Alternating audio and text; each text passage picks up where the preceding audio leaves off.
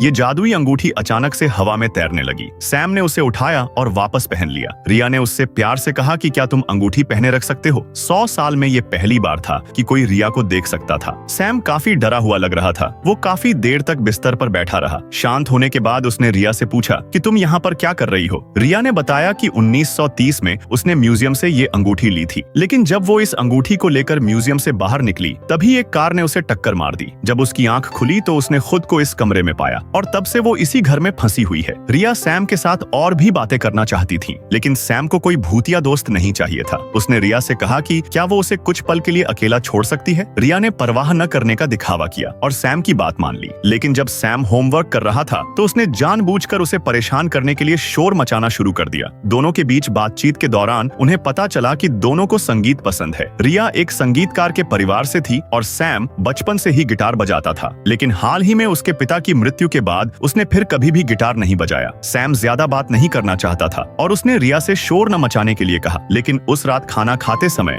वो फिर से शोर करने लगी। फिर उसने सैम की माँ के सामने कुछ शरारतें भी की। रात के खाने के बाद सैम जल्दी से अपने कमरे में वापस आया, अंगूठी पहनी और रिया के साथ कुछ शर्तें तय की। वह अंगूठी पहनना जारी रखने के लिए तैयार था, लेकिन शर्त यह थी कि वो उसकी माँ को कभी भी परेशान नहीं करेगी, क्योंकि वो हाल ही में बहुत कुछ झेल चुकी थी और सैम नहीं चाहता था कि उसकी माँ को पता चले कि घर में 100 साल पुराना भूत है। रिया इस शर्त पर बहुत खुश थी। उसने सहमति में बार बार सिर हिलाया, लेकिन वह हैरान थी कि सैम ने उसे 100 साल पुराना भूत क्यों कहा। सैम के समझाने के बाद उसे एहसास हुआ कि उसे मरे हुए 100 साल बीत चुके हैं। उसे नहीं पता था कि उन 100 सालों में बाहर क्या बदल गया है। उसे सैम से जवाब मिलने की उम्मीद थी, लेकिन जब उसने खिड़की से बाहर हाथ बढ़ाया तो वो हैरान हो गई, क्योंकि वो अदृश्य दीवार जिसने कभी उसे रोका था वो रहस्यमय तरीके से गायब हो गई थी। रिया इस बात से काफी खुश थी। उसने सैम से बाहर की दुनिया देखने के लिए कहा। सैम उसे घर से बाहर ले गया। ये पहली बार था जब उसने इतने सालों में इस घर से बाहर कदम रखा था।